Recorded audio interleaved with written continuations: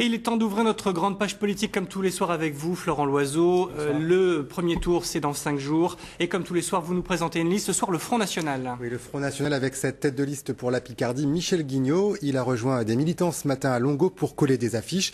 Car le grand jeu avant le premier tour de dimanche, c'est de recouvrir les affiches des concurrents sur les panneaux publics. Et les victimes du jour sont Maxime Grémetz et Thierry Horry pour le Front de gauche. Alors, outre l'affiche officielle du Front National, les militants ont collé un message pour dire non à l'islamisme, un thème national donc, mais Michel Guignot arrive tout de même à faire la liaison avec la région. Malheureusement, le Conseil régional de Picardie finance l'immigration et même l'immigration illégale, puisque des dossiers que l'UMP d'ailleurs a votés, Madame Cayeux les a votés, alors que M. Sarkozy dénonce et veut combattre, paraît-il, l'immigration, Madame Cayeux avec la gauche au Conseil régional ont voté des subventions où c'était clairement identifié, subventions pour l'aide aux clandestins, aux sans-papiers. Voilà, donc c'est effectivement parce que en France on laisse rentrer une immigration galopante, débordante, que se posent des problèmes ensuite religieux, bien sûr, avec les populations qui arrivent d'ailleurs.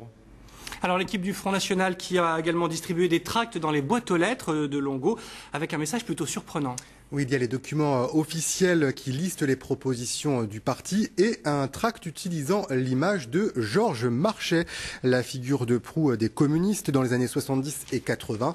Les frontistes picards veulent récupérer une partie de son héritage en expliquant que l'ancien leader rouge avait raison au moins sur un point. Il disait notamment ceci: la cote d'alerte est atteinte, il faut arrêter l'immigration sous peine de jeter de nouveaux travailleurs au chômage. C'est bien ça le problème.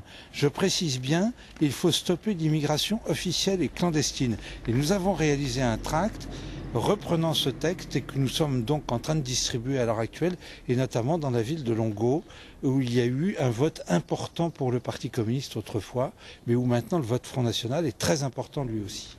Donc là, qui va enchanter les communistes.